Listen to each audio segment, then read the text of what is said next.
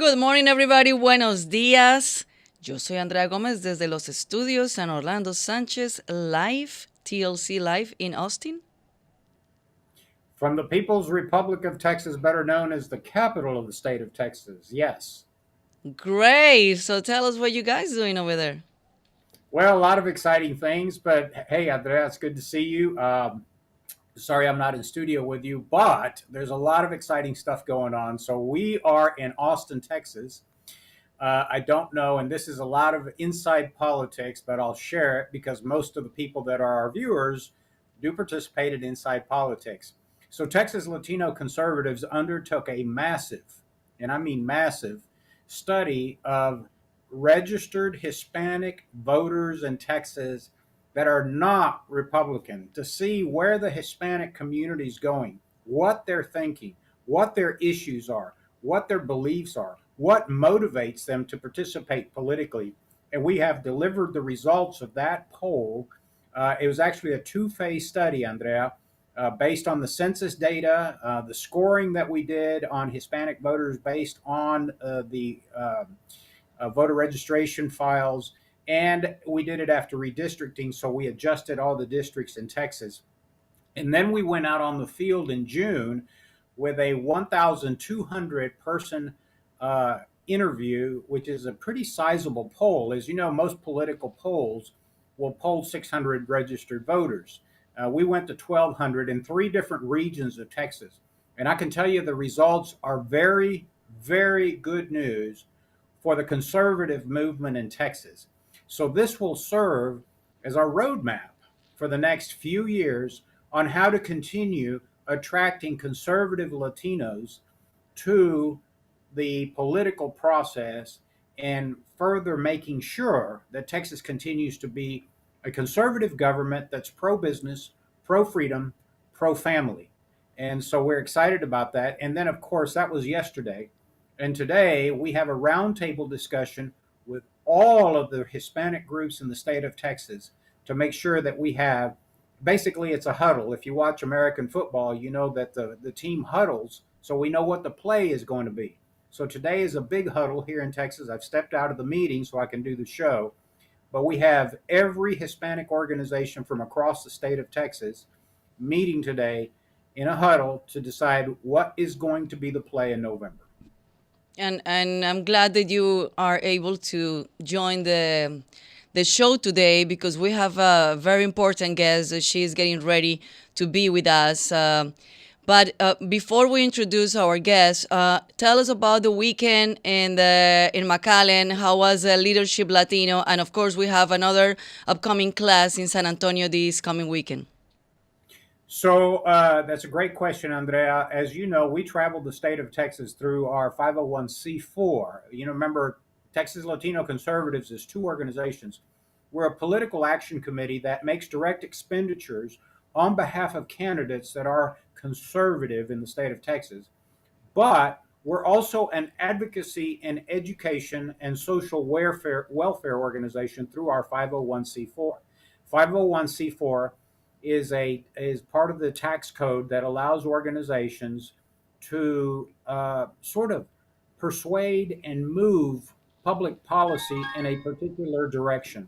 So through our 501c4, through Leadership Latino, we go across the state, and as you know, we train young conservatives that want to become involved in the political process.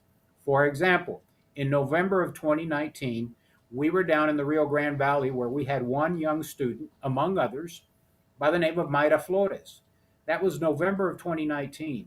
And she went on to become the first Mexican born member of the U.S. Congress. And we're very proud of Mayra. But we've also trained dozens and dozens of young people across the state of Texas that have gone on to win city council races, commissioners' court positions, county clerk position, county treasurer position, district clerk positions, district attorneys, and some judicial races. So what we're doing, Andrea, is we're building the farm team, as the term is used in baseball, of young talent that we can then tap to move into positions like state representative, Texas senator in the Texas legislature. If they move on to the federal races like Congress or U.S. Senate, we can't help because we're a state PAC, so we can't get involved in federal races. But we can advocate for issues on our 501c4, and we can develop these candidates. So everything went very well in McAllen. We had Monica de la Cruz was there with us. We had Pastor Luis Cabrera, who, as you know, is the spiritual leader of a big church in the Rio Grande Valley, who has been leading Mayra Flores spiritually for many years. He's very close to Monica de la Cruz. He's very close to Cassie, who's also running for Congress. And I tell you, based on the poll that we did, Andrea, things are really looking good.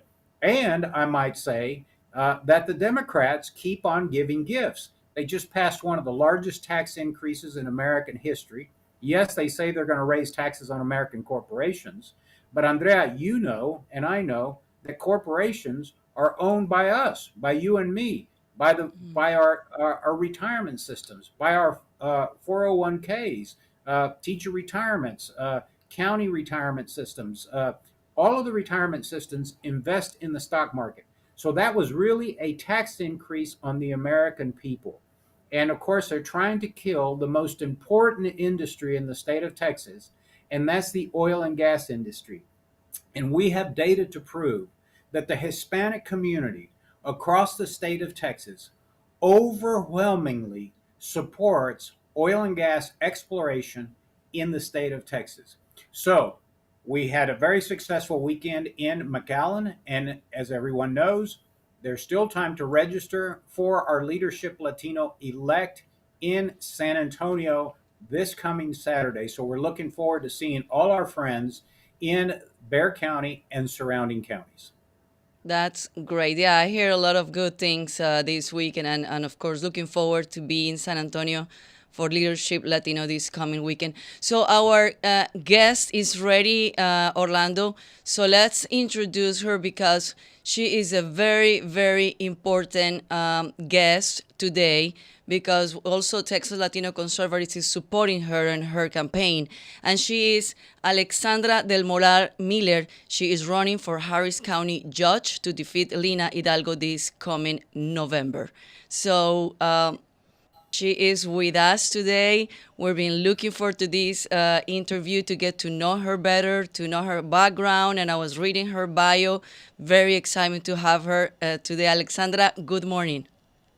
Good morning, and thanks for having me on today. Orlando.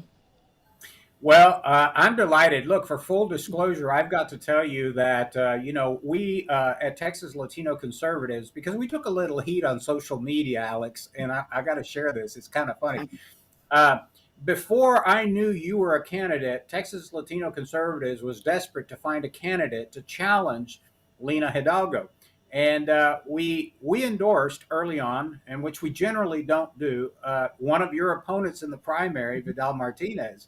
And of course, you came in, guns a blazing, so to speak, and just dominated. And we're going to say we are enthusiastically endorsing Alex Miller for county judge. And let me just add that we've given her the largest contribution that Texas Latino Conservatives has ever made. So we're very proud of her. She has an amazing background. She has an amazing family. She has an amazing dedication to the United States and to our community. She has a firm grasp of the issues in Harris County.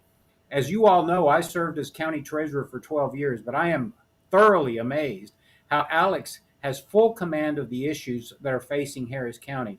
And let me just also say, as a man whose ancestry comes from the Canary Islands of Spain, Alex too hails from a family that has roots in in Spain. So, Alex, I don't want to take any more of your time, but for our viewers, please tell us a little bit about your background, why you're running, and what are the issues.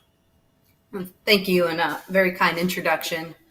To kind of cut to the chase on why running, I'm raising a young family. I live in the Heights, and came to Harris County and Houston really looking for opportunity. So my background was at 18, I left to go to West Point. Ultimately, ended up joining the Army Bomb Squad. My husband's a West Pointer too, and after serving overseas, We both went to grad school. He went to MIT. I went to Harvard. And ultimately, we looked at a map and said, where do we want to build a family, start a career, looking for opportunity like a lot of people do coming here. And Houston at that point really jumped off the page. It was 2012, chance to be a part of American energy independence. A lot of issues, obviously, national to be concerned about, but certainly for everyone that's here in Harris County, this idea that we're no longer energy independent certainly resonates with me. But ultimately, the first few years, I, like so many people, was able to focus on my career, building my family. But what I noticed is that things in my neighborhood started to pretty dramatically change. Biggest, of course, being that petty crime turned to violent crime. And because I live in the city of Houston, I started looking, saying, what's going on with the city? How have they changed? Why is there all of a sudden all of this crime? And very quickly realized that, essentially the city was more or less the same, but it was our county government that had so fundamentally transformed. And that's what I think a lot of people don't realize. What I was attracted to is the county judge is the best suited position to tackle crime because you control the courthouse, you control obviously funding for our district attorney, down to the labs that process the evidence, to our sheriff deputies and our constables. And in terms of manpower, sheriff deputies and constables are almost equivalent to our Houston Police Department. So it's this really awesome weight and responsibility. And what I saw was a county government that had really shifted from what I would say its core function, property taxes, making sure that we're setting that at reasonable rates to support families. Lena Hidalgo's first year in office, she wanted to raise it 8%. I'd say that is not friendly to businesses or small family-owned businesses or families. And then a dramatic shift in the funding priorities where we've expanded the scope from traditional roads, bridges, criminal justice system to really focusing on a host of social programs. And while those are great causes, they shouldn't be at the expense of our county's core functions. And so where we sit today is that after several years of explosive growth, Lena Hidalgo has the largest budget by any measure than any other county judge. So in Harris County, our population's actually gotten slightly smaller, but her spending's up over 35% compared to Ed Emmett, the last county judge. And so you look around and you just don't see it. It's one thing if you are resource constrained to have poor results, but it's another to be so well funded and have so little to show for it. And so what was very alarming to me was one, yes, it was clear we were starving our criminal justice system of the resources they needed. That is driving an exodus of law enforcement. Every month we lose more law enforcement than we can hire. And we haven't seen any elected leader really focus on how do we recruit and retain our law enforcement. And then along with that, they're now announcing a tax increase via $1.2 billion bond issue. And that bond issue is essentially a blank check. And when I say essentially, it is a blank check. There are no specific projects identified. A lot of it are for things that I would say should have been funded by our property taxes. When the bulk of it goes to road maintenance, well, what are your property taxes for? And then you find out they've just added all these programs. So a little long-winded there, but just the amount of impact you can have in this role, to me, it was a bit of the unsung hero for so long because, to be frank, when the trains are running on time, no one needed to focus on what our county government is doing.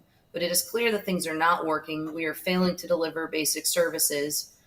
In this role, this position is more akin to being governor of the 25th state than a county title. So population, we're 6 congressional districts. So if you think about that, and then we, in terms of population and spending, would be the 25th state. More people than the entire state of Oklahoma. So to have the opportunity to have such a positive impact, I couldn't think of anything better to use my time for, and really excited to be in a hotly contested race. Well, I'll tell you, we're grateful that you have decided to jump into the political ring.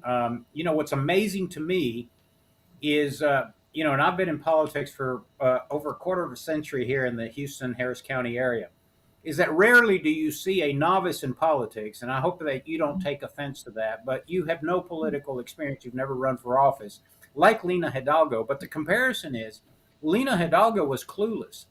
But yes, Alex comes in, and not only does she rattle off department budgets, funding levels, full-time employee equivalents in the largest law enforcement agency in the region, which is the Harris County Sheriff's Department. She knows every nook and cranny of local government. In fact, she's even so attuned that she just told you that they are passing a large increase in taxes because there's a difference when you issue bonds. There's two types of bonds in government. One's called a general obligation bond, which basically you're guaranteeing with your property in Harris County. And then there are revenue bonds. So Alex knows the difference. There's not a snowball's chance in hell that Lena Hidalgo would have been able to explain that to you when she ran about 3.5 years ago. So the level of acumen, the level of intelligence, the level and the ability to articulate complex but yet make them simple for the public is 100% on the side of Alex. And I thank you for that, Alex. Well, the biggest driver in my background, like said, new to politics, but certainly have a service background. And I grew up on stories of service. And so just talking about my family, my grandfather fought Franco, led the Republican opposition against a fascist dictator. And for that was put in a concentration camp, had to flee to Mexico, joined the Mexican army, and then eventually came to the U.S. Via joining the U.S. Army, and went on to have a very prolific career in Hollywood, co-founding Golden Globes and representing the Mexican Film Actors Union. And so in my family, there is this track record of being able to work very hard, but then also have that positive service impact. And then on my other side of the family, my grandfather, first person to graduate high school, enlisted in the Navy, then first person to graduate college. And so always grew up with that idea that one, there is opportunity in the U.S. and you just need to work very hard. And obviously, once you're able to get into a position of success, how do you help lift others up to get opportunity as well? And finally, you do hear a lot of talk about, okay, being veteran, and sometimes people focus on the negative aspect a lot because there are veterans that do need help. But fundamentally, that background so well equips you because you're constantly thrown in very different circumstances. So in my deployment to Afghanistan, first few months running traditional bomb disposal missions. And then within a few months, no notice, unfortunately, a combat death, I received an early promotion to lead this very large, diffuse, really administrative and logistics organization. So I was the headquarters company commander for the unit that oversaw the bomb squad. So that meant Air Force, Navy, and Army, as well as civilian contractors. And so with no background or preparation, quickly had to figure out how do I manage 600 people. They're in 40 locations.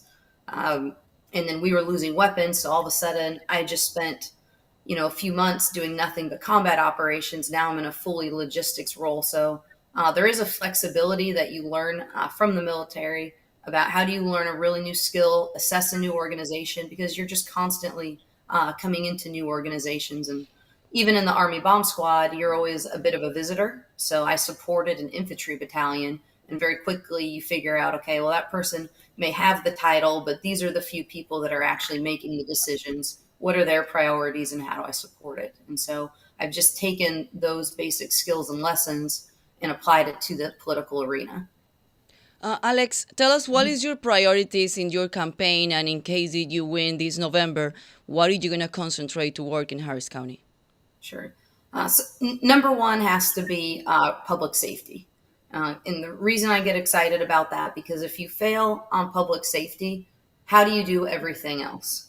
And it all flows. You can't have kids that are able to compete and learn in school if they're dealing with, high crime in their neighborhoods, right? It's very difficult. Plenty of data to show that kids that are in areas that have high homicides, high theft, it shows in the classroom because that sort of environment takes away. Also very difficult to grow our tax base, attract businesses. I think fundamentally that becomes a divide. If you would listen on the other side of the aisle, I think their view is that you can always raise taxes and that doesn't have an impact on people's behavior. Where I would say as we become a more expensive place to live, you are actually going to see families and businesses leave and place a greater and greater burden on a smaller set. And so, number one, public safety, and that is funding the entire criminal justice system. So, aggressively funding our law enforcement, but also funding our prosecutors, our medical examiner's office to make sure we can tackle the backlog. So, in Harris County, in practical terms, it's 3 to 5 years before a murder trial goes to court. The backlog before Harvey was about 60,000. It is now steadied around 130. So 130,000 cases, and we're not making progress. And so I do believe that a much stronger push can be made. And, we have proof that getting some of these Republican judges makes a huge impact. If you look at Maritza Antu on the 482nd, she is blowing out every objective performance measure. And one of it is a very simple thing that she's showing up to work. So we have a lot of these judges that simply are not attending court.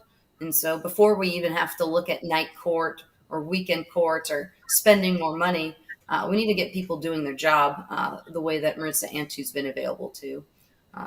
And so attacking public safety. And then after that, I really want to shift all of our funding priorities back to core functions of government. That means investing in our roadways. You need competitive infrastructure to attract growth, and maintaining a competitive tax rate. Because as discussed, that bond issue, it is a tax rate.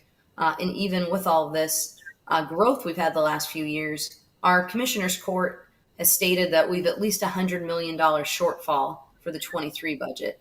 And I would say that, anyone can spend money that's not particularly talented. If you have a teenager, you can give them a credit card and see what they can do. But it does take skill to navigate through uncertain economic times like we're facing today. And it really is going to need a focus and a prioritization of these are the core functions of government: criminal justice, infrastructure, roads, bridges. And outside of that, that's not going to be our lane. So I do not support the expansion of programs and services. Because quite simply, we can't afford it. And they've even acknowledged they can't afford these programs. Mm-hmm. Yeah, it's amazing to me. I've lived in Harris County since 1962, and I've never seen a more discombobulated commissioner's court. Whether it's Lena Hidalgo's staff, four are indicted, and I'm not sure that she will come out unscathed. It depends on when the Harris County District Attorney begins that case. But there's four people under indictment in her office. Even Adrian Garcia's staff, for the third time, has a high-ranking staffer that's been arrested for a potentially felony third DWI to Commissioner Rodney Ellis, which we still have a case out there where there's a potential that he has squandered taxpayer money by housing a big, sizable personal African art collection in county warehouses. I don't know where that case is. Or whether it's taking millions of dollars that should go priority to public safety, as you adequately described, and dumping them into social programs that are benefiting the consultants that are friends of the Democrats that got elected: Rodney Ellis, Adrian Garcia, and Lena Hidalgo.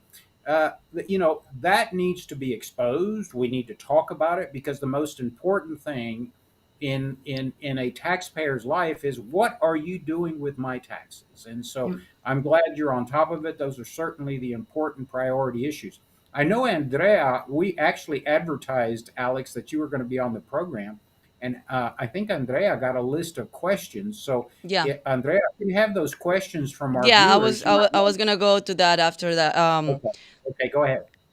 So we advertise that you're gonna be on the show, so people send some question, and you answered few of them. So one is where you stand on the TxDOT I-45 expansion. Sure. So I do support the TxDOT I-45 expansion.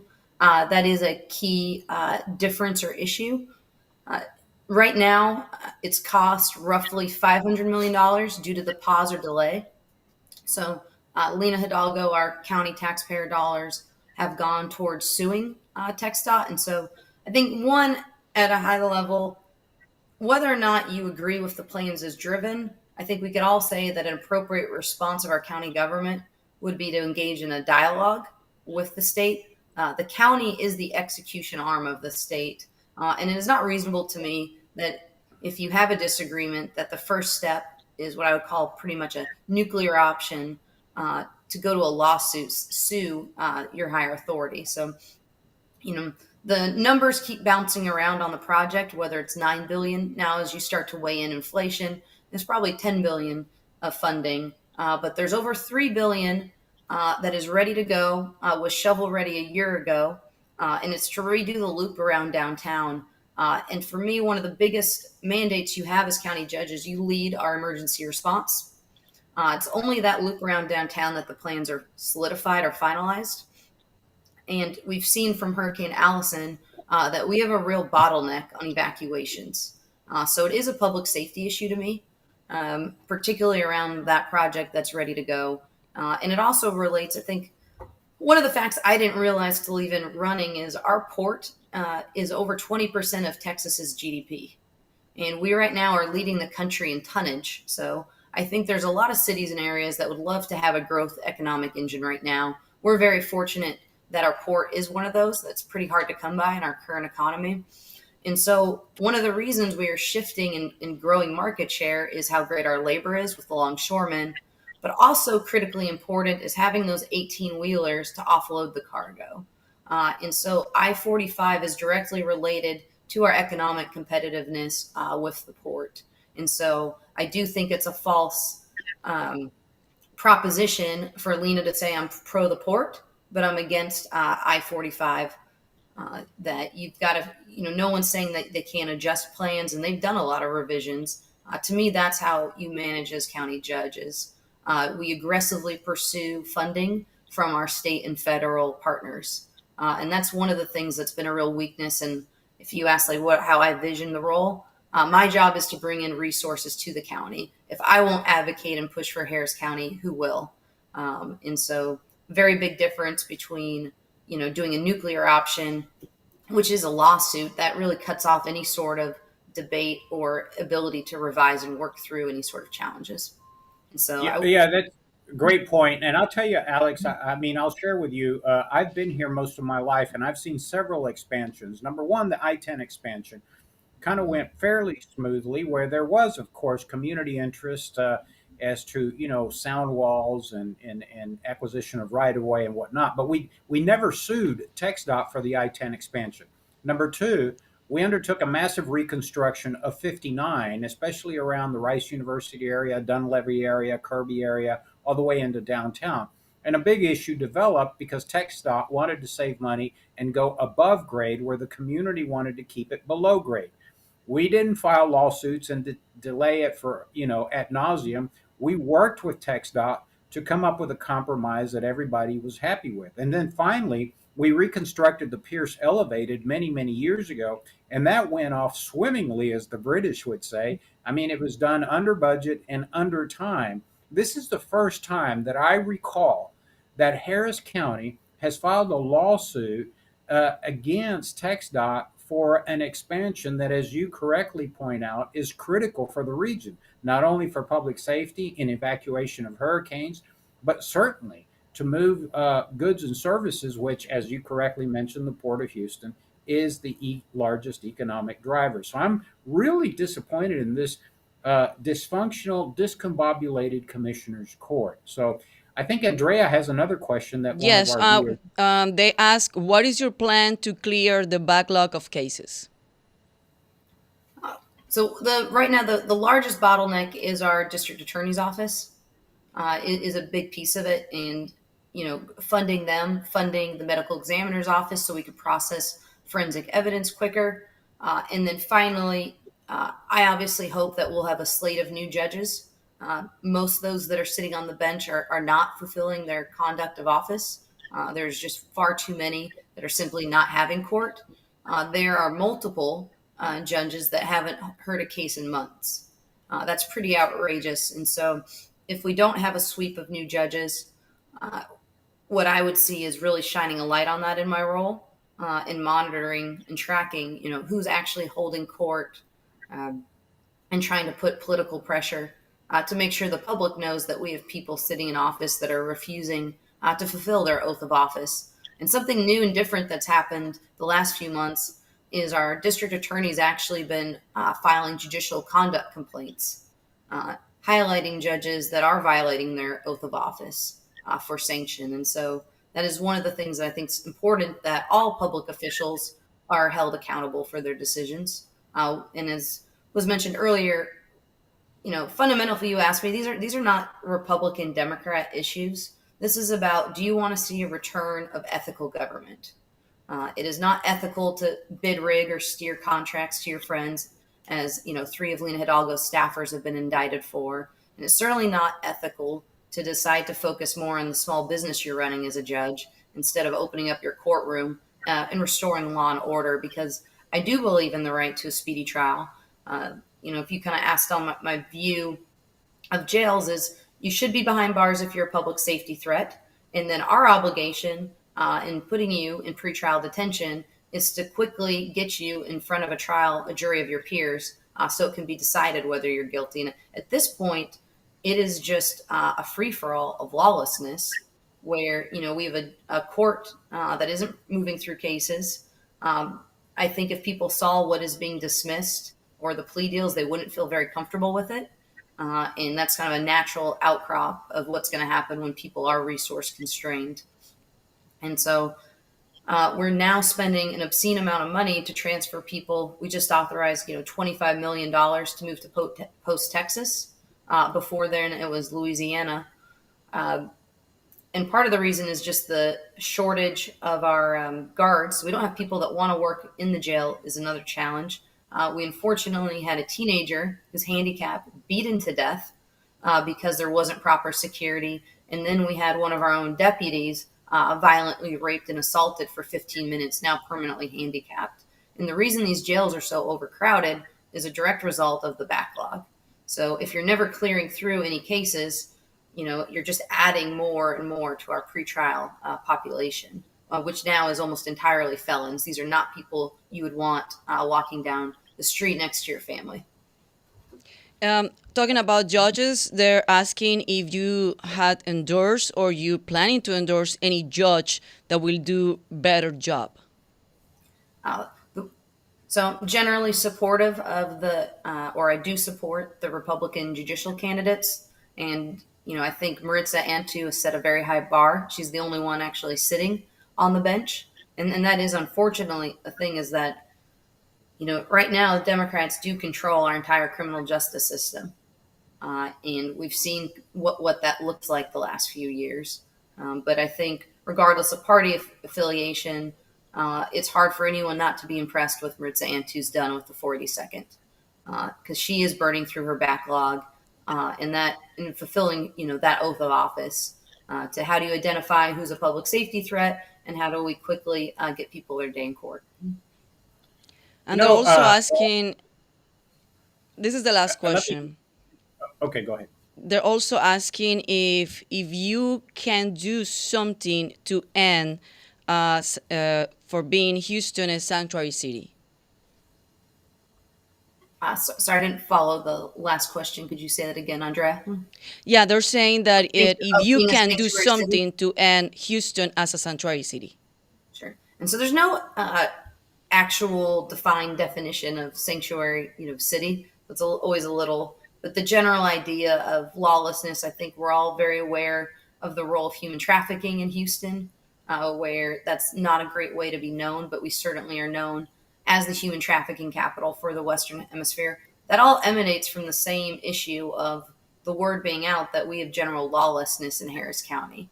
And so as we work to, increase the speed at which people go to trial, increase our law enforcement for deterrent, more law enforcement also means more investigators that, we'll be able to generically traffic crime. Some of the things that used to be in place are difficult to enforce in terms of illegal immigration, just given who our federal partner is. But in terms of enforcing our border laws, I certainly think with a change in leadership, we'll be better able to work with our state because the open border really has had a direct impact. In terms of our budget, Harris Health spent over $700 million last year. It was basically directly almost akin one for one what property taxes we funded. And essentially that went to charity cases. So the overwhelming majority being people that are undocumented. And so certainly support us always providing emergency health care. But as a county, we are bearing a disproportionate burden, and that's just looking at our healthcare system. That's not factoring into the cost of our schools, and so would certainly, that to me is an appropriate, use or communication when you're talking with our state leaders. Is that we need resources and support because essentially the open borders falling on Harris County. Mhm. One of the interesting things that I've been watching of late is, as you know, Alex, I spent 12 years as county treasurer for Harris County. And I picked up the phone one day and called the county attorney at the time, Vince Ryan, and asked him, Vince, why can't we sue the federal government to reimburse us at least for the health care that we provide through Harris Health and Ben Taub and LBJ to undocumented people? Because, for example, when there's a big trauma case, and those people require life support for weeks on end in intensive care units, that's hundreds of thousands of dollars that the Harris County property taxpayers have to absorb. We do not get reimbursed 100% for that expenditure through Harris Health by the federal government. Yet, it's the federal government's policies that are inviting this wave of undocumented people coming from all over the world. And so I'm really getting a kick out of the governor, not the governor, but to Mr. Adams, the mayor of New York City, who's squealing like a stuffed pig going to the slaughterhouse because the governor has shipped 4,000, who, by the way, volunteered to go to New York. They were going there anyway. Now he's squealing like a pig, and you know, I think it's great that the country is now starting to realize what we Texans have been enduring for decades with these open border policies. So this is something that I would like to personally appeal to you on, is that we've got to continue the fight. If the federal government is not going to control the border, Alex, they at least have to reimburse us for what you correctly pointed out is the healthcare costs and the educational costs of the undocumented population. So I hope you stay on top of that one. No, and unfortunately, what we've seen is too, by having a system of lawlessness, the rise of human trafficking is shameful. It's very upsetting. You see it in the news all the time, where they're busting up, young women. It was a few months ago. They rescued a woman who was pregnant, being forced to work off her passage across the border. And so, as we continue to work to support our law enforcement, can try to combat these cartels that have really thrived in a system of lawlessness.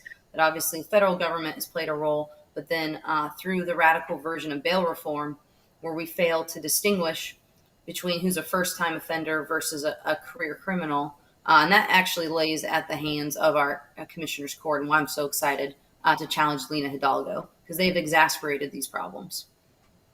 Yeah, and so just let me go on the record here because I'm getting a little off, county issues. But let me just tell you, I'm so fed up with the Democrats' policy on the border. It really verges on being a racist policy. I don't know of any other administration that has a wink and nod policy of basically inviting cheap labor, sex trafficking into this country. Uh, I mean, the last time we loaded people in cargo vessels was, when we imported Africans to work the Mhm. fields in this country in the early 1800s. But essentially, the policies of this administration is encouraging and actually is abetting these cartels, because they know full well it's the cartels that are loading 50, 60 human beings in a cargo truck and then abandoning them in Bexar County to die. And in spite of that, they continue to shrug their shoulders and turn their head. I can't think of a more racist policy than the border policy that this administration is supporting. But Alex, uh, Andrea always has a popular question, and she says, "What is your call to action?" So I'm going to jump in front of Andrea and say, "What's your call to action to our viewers that are watching the program?" You're stealing my my sentence. So unfortunately, I think what we've seen is there's a very small segment of the population that's actually politically engaged. And so the call to action now is, it's not good enough just to go and say that you will vote. Need you to go, and politics is one of the few positive pyramid schemes where getting 10 of your friends, being vocal, because I truly don't think Harris County will be able to recover from another 4 years of these policies. That's why I wanted into this race. We really are at a tipping point. So one of the easiest ways, they always say a yard sign's worth about 10 votes. There's nothing that means more than when you get your neighbor's endorsement. So if you could go on to alexandramueller.com, request your yard sign, please tell more of your friends about me. Really trying to run a campaign that puts the people of Harris County first. Let's return ethical, accountable government. And I really do see this as an operations job. Who do you trust to be a good steward of your resources? Those tax dollars, that was your sweat, your labor, your equity. And, we have a responsibility as elected leaders to put those to use to benefit your family. And so just running very hard and hope to have your support. I also heard, Alex, that attaching an Alex Mueller bumper sticker to your car actually increases the value of your automobile by at least $5,000. So get an Alex Mueller bumper sticker and put it on your car and watch the value of your car go up. Great. Well, Alex, thank you so much for your time. I know you have a busy, busy, busy agenda. And I want to remind everybody that October 11 is the last day to register to vote. And we are looking forward to see you winning in November. So count with Texas Latino Conservatives. We're here for you, and we're here to help you. And also, Thank Alex, you. can we remind everybody, I think in Pasadena, you have a sort of a back to school backpack giveaway, which is a kickoff to your campaign. And we're proud sponsors of the event, but tell us a little bit about it. Thank you. So this Saturday at Campbell Hall in Pasadena, we're doing a relaunch, kick off the general election. We will be providing 300 backpacks to get kids ready for school. Obviously, times are tough for a lot of families, and so, but it'll be a kind of a family fair style where it's in a big warehouse that's air conditioned, and we'll have ice cream, food, face painters, really trying to make, politics something that is accessible, for everybody. And so I'll be there and looking forward to meeting everyone so they can learn more about the campaign. But a lot of my key supporters, the Pasadena Police Officers Union is also a sponsor, and really hoping people will come out, show support. And thank you. And those events, we can find it in your website or in your social media pages. Yep. Social media, we have the information posted on Facebook, Twitter, Instagram. Okay. Great. Alex, thank you. Congratulations on your tremendous victory in the primary. Thank you for taking the huge sacrifice that you're taking along with your family to spend a year and a half of your time campaigning. This is a tremendous sacrifice, I know, on your husband, on your two young children, your personal career, but you're doing it because, as you already said in the program, you have a track record of service, whether it's in the U.S. Army, whether it's giving back, to Houston and Harris County. So we're proud of you. We want to wish you well. I personally, having been in government for 25 years, believe that Alex Mueller is the best equipped candidate we've ever had for county judge. And she merits your attention. She merits your support. And as she said, the most important thing to do is that when you go vote, that you take at least 5 of your friends, your neighbors, and family members with you. So, Alex, we're always here available to help you. Come on the program anytime that you want to share some information with us. And we wish you Godspeed and all the best in November. Godspeed, and thank you both. Really appreciate your support. Thank you, Alex. Well, Orlando, I know you're also super busy over there in Austin, and I just want to remind people that this coming Saturday, it's Leadership Latino in San Antonio, and we have all the information in our website, in texaslatinoconservatives.com or in leadershiplatino.com. You can find the information, also register. It's free, completely free, and the amount of information that you're going to get is priceless. So please join us in Leadership Latino, and also join us in TexasLatinoConservatives.com. Become a member. It's only $35 a year, and just help us to keep helping everybody here, not only in Houston, Harris County, but also in Texas. All right, Andrea, thank you. And we'll see you next week. Hopefully, one of these days I'll make it back into the studios in Houston. But for now, we continue to travel the state of Texas because we've got a lot of work to do. So, see you next week. Hopefully. Thank you for organizing this. All right, bye. Okay, we miss you. Thank you so much, Orlando. And thank you so much, everybody, for watching us. And nos vemos el próximo miércoles. See you next Wednesday.